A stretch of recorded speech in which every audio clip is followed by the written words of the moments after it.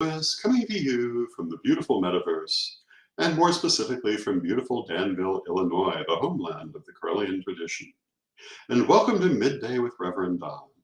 And thank you for joining me for our mid-afternoon conversation. It's a highlight of my day. I hope it's a highlight of yours.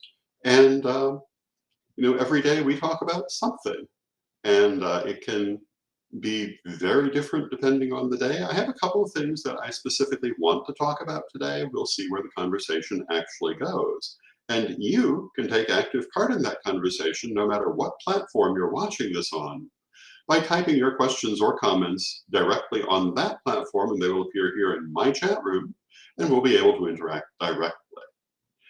And I want to point out that you will see some lighting equipment behind me because I'm going to be doing some filming this week, and I'm starting to unpack all of those elements. Hello to Bradley in the chat room. Good to see you, Bradley. At the end of this week, you will be seeing the return of Reverend Don's Library of Horror with myself and Cosmo Rubiconis. And a new book has been announced today. We're going to come back to that, but that has happened. But I want to start by wishing everyone in the United States a happy Juneteenth. And Juneteenth, of course, is the holiday celebrating the end of slavery in this country. And hello to Michael, Tom, and Alan in the chat room. Good to see all of you. And I think that this is a very important holiday. It's been a federal holiday for a relatively short time. Hello to Ebony in the chat room. It should have been long ago. And I want to emphasize that I'm not just wishing a happy Juneteenth to the African Americans in our audience, but to everyone in the audience, because we all should be conscious of this holiday. We all should be observing this holiday. It is, it's only really going to be able to fulfill its purpose if we are all mindful of it. Hello to Renee and Cheryl May. Cheryl May in the chat room. Cheryl May is from Canada. But here in the US, we're celebrating Juneteenth. And I think that all of us should be celebrating the end of slavery and working on eliminating its legacy. Hello to Kazan in the chat room.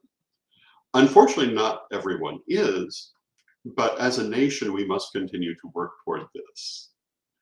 And I think that we need to be mindful of that legacy and the effect that it plays in society. Hello to Tom in the chat room. And I was thinking before coming on about some of the perhaps less obvious things that are a legacy of slavery in this country. We all know the political legacy.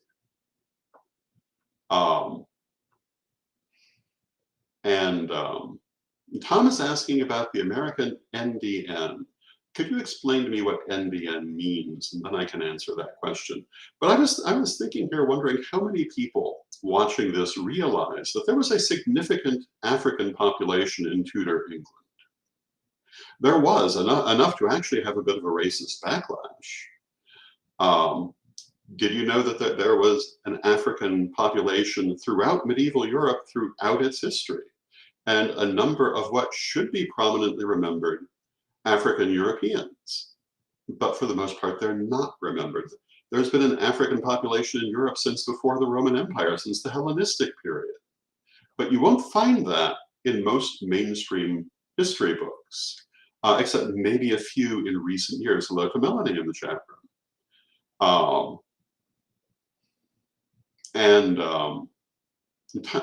Tom's explanation toward NDN is how, as a nation, the U.S. treats its people. I don't know that I would say that it treats anyone really well, but that's beside the point. But that's not necessarily a direct answer to the question, because I really still don't understand what the acronym means. But if you can give me a clearer answer, I will speak to that. But on the subject, hello, Julia, of Juneteenth again, I think we all must be mindful of this holiday celebrating the end of slavery and the importance of moving forward from that past.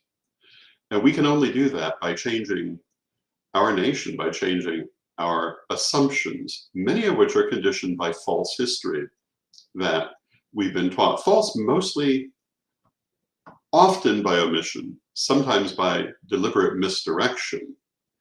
But today, there are a lot of sources available to give a clearer picture of what really happened. And it was complex.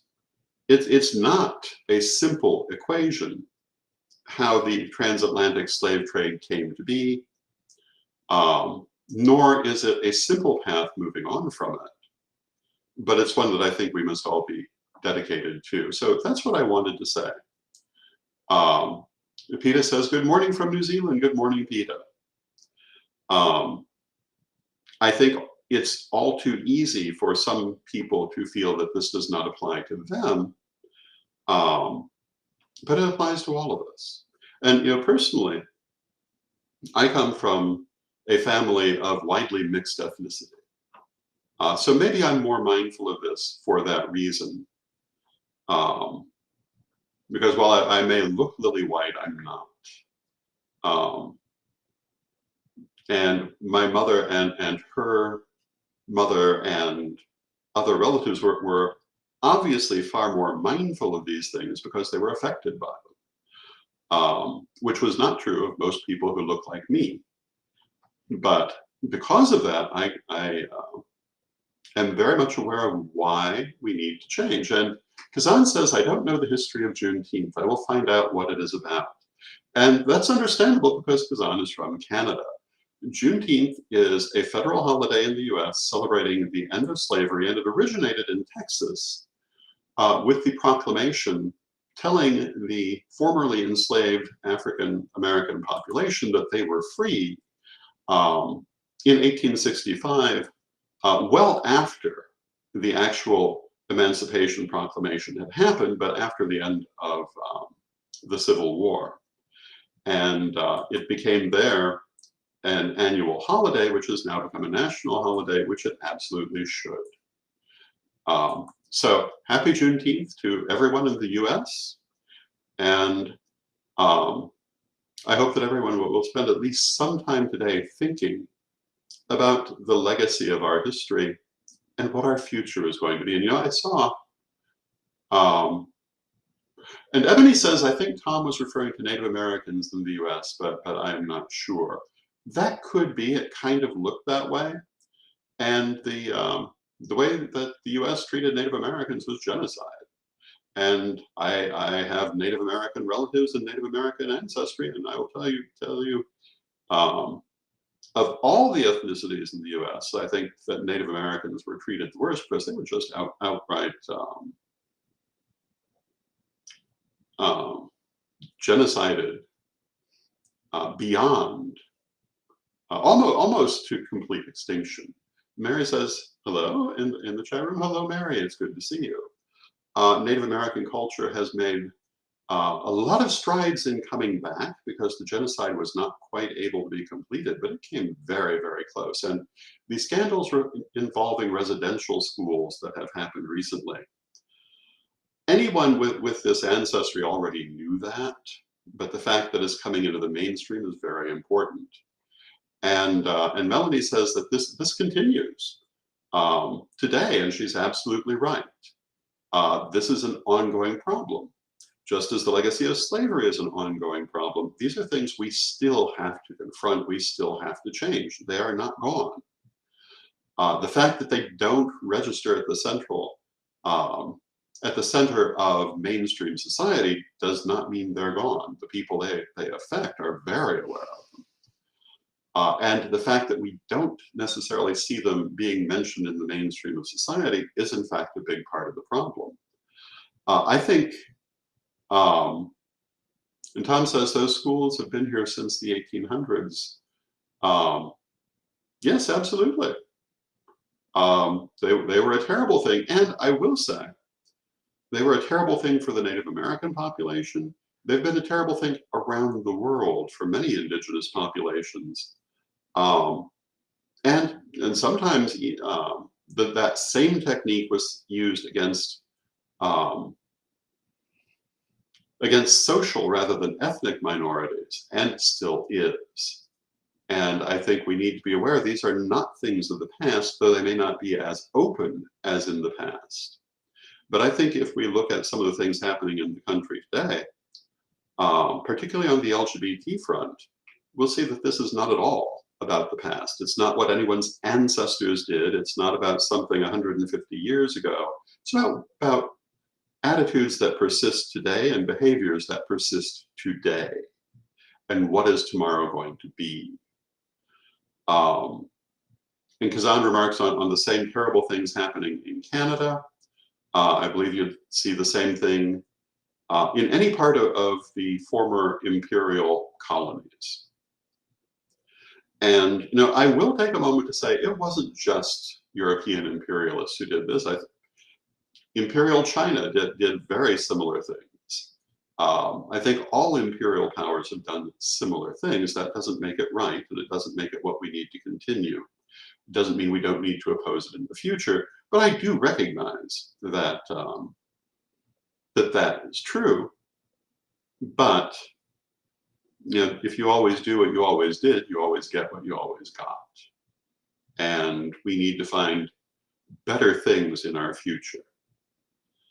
And in the many years that I served as active first priest of the Karelian tradition, I always really tried to look to that future that I wanted to see, that I hope we all want to see, and tried to move to that future. And I hope that we will continue to do that we will empower people, and that we will break down the barriers of the past to empower people equally. Because I think that this is not something that the people who need to be mindful of are often mindful of, because nothing in that mainstream society really speaks about it. And hello to Kim in the chat room, who uses my favorite quotation, "Be the change you want to see." Yes, Kim, absolutely. We must be the change we want to see, or we have no reason to think we'll see it. And if you're watching this, I hope that you will intentionally build a better world, particularly in reference to these things we're talking about. Hello to Anna in the chat room. And I really do tend to believe if it's not a better world for all of us, it's not really a better world for any of us. And those are my thoughts on this Juneteenth. Hello to Fluffy in the chat room. And elsewhere in the news, and Alan in the chat room, it says that one thing most people don't know is that the last slave was really freed in 1941 because the Constitution gave an exception to slavery for those who were arrested and imprisoned. That's an interesting thing. I'm not familiar with the details, but I am aware of what he is referring to in that exception, and that should be changed. And if we look at the world, the situation in some ways is even worse. In Turkey, slavery did not become illegal until 1964, and there were still slaves to be freed. In some other parts of the world, this is also true, and in many parts of the world, slavery is still continuing illegally, but still continuing.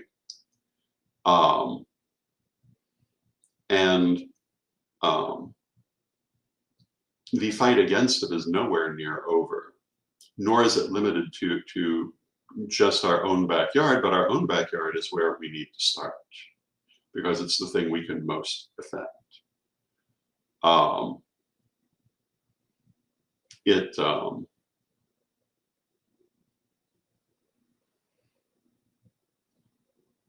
And Kimberly says that exception played into the judicial prejudice, and I'm sure that's absolutely true. And judicial prejudice is something that one, I think we're seeing played out not only in this area, but in many areas today, that our judges are human, and for all that we claim that we're a country of laws, particularly recent scandals involving the Supreme Court are making very, very clear that the role of people and their prejudices is very much at play. And the idea of dispassionate rule of law is far from what we might once have thought it was, what the more naive among us may once have thought it was, that a lot of times the law seems to be bought and paid for. And I think we need to be mindful of that as we go forward. And is this really the future we want? Do we want to keep fighting these same fights? Do we want to never resolve these problems? Because a lot of the country seems to be saying that they don't see a problem. They want to close the door on any change. And of course, that only means they're going to have to keep fighting the fight. And Tom says we must start with our children, teaching them what is wrong. And yes, money buys laws.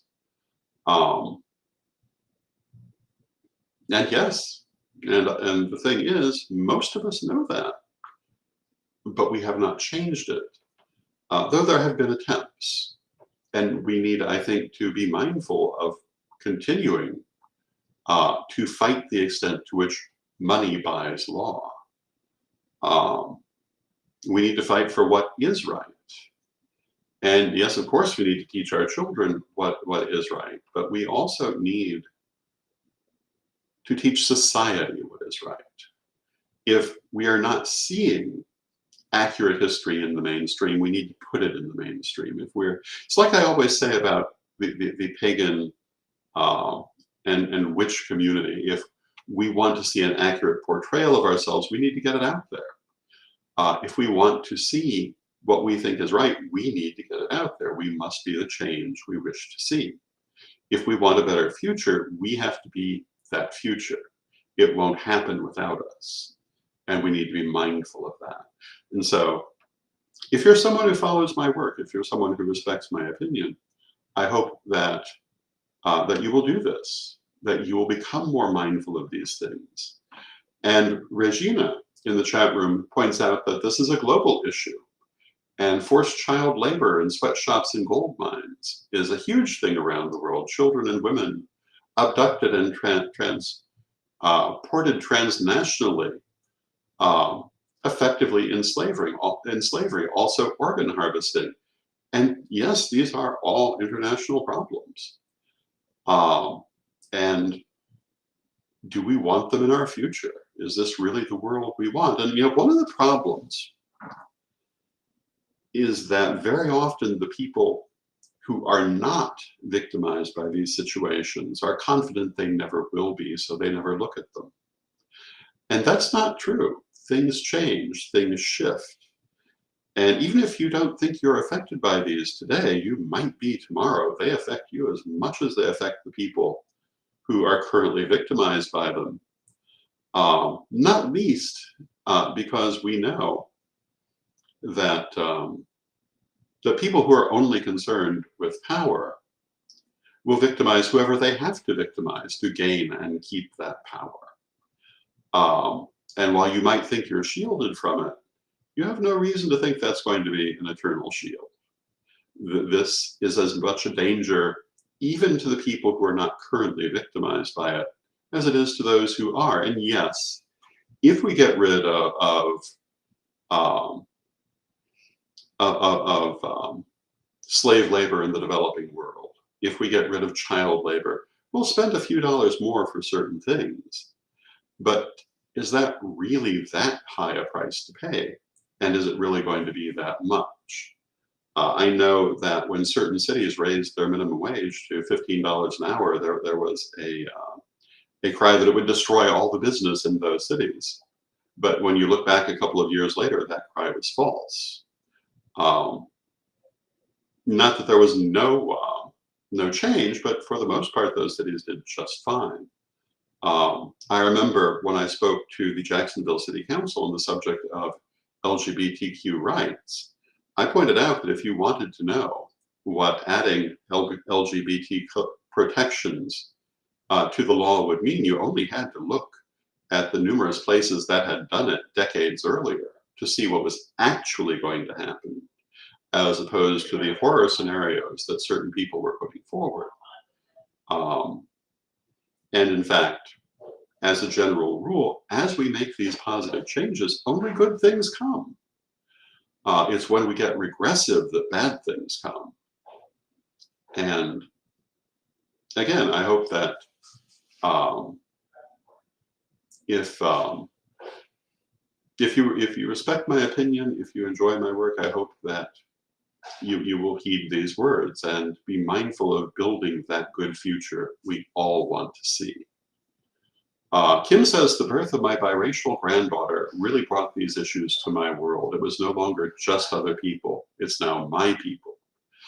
And I think that's a very important observance, because the people, again, who are mindful of these things are mostly those who it affects. And I think that it's very important that we help bring that awareness to those who don't know that they're affected or don't realize the effect. For me, I come from a multiracial family. I was raised with a background that kept these things very much in my mind, even though I myself do not betray that in my appearance. And that was very deliberate, as the result of a series of marriages made by my ancestresses, who deliberately chose, in many cases, the whitest husbands they could find, because they wanted to build a better future for their family, and they felt that was the way to do it, which is horrible. It achieved their desire, in the sense of being able to move forward more in society. And I would like to think that also achieved their desire in carrying this awareness and the desire for a better world into society as well.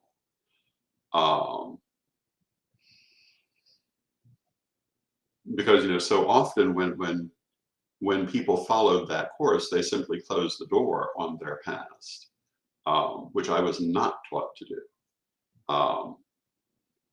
But the fact that anyone should have to have that consideration is horrible. I think that we should all be free to love where our heart leads us, and that political considerations should not be necessary, that we shouldn't have to worry about whether our particular love is legal or illegal in a certain state, whether we're talking about biracial relationships or same-sex relationships. I think that I think that love is love. And hello to Deb in the chat room, who says, who just got here and says, better late than never. And Tom points out that they are first generation biracial.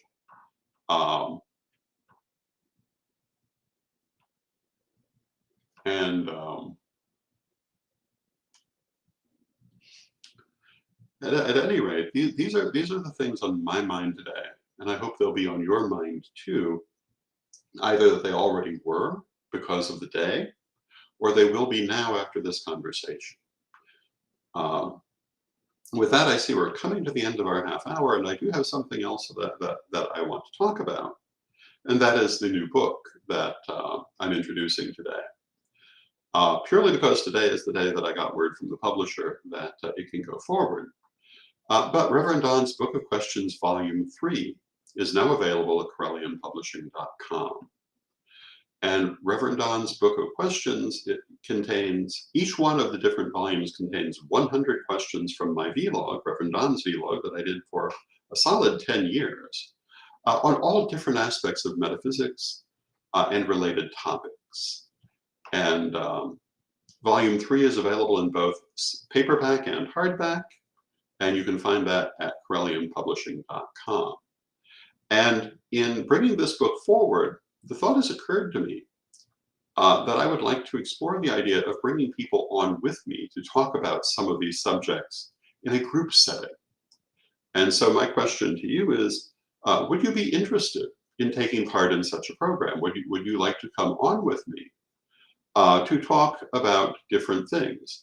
Probably different people on different days, and not all the time necessarily, but the idea is still being kicked around. But I'm thinking of something not unlike,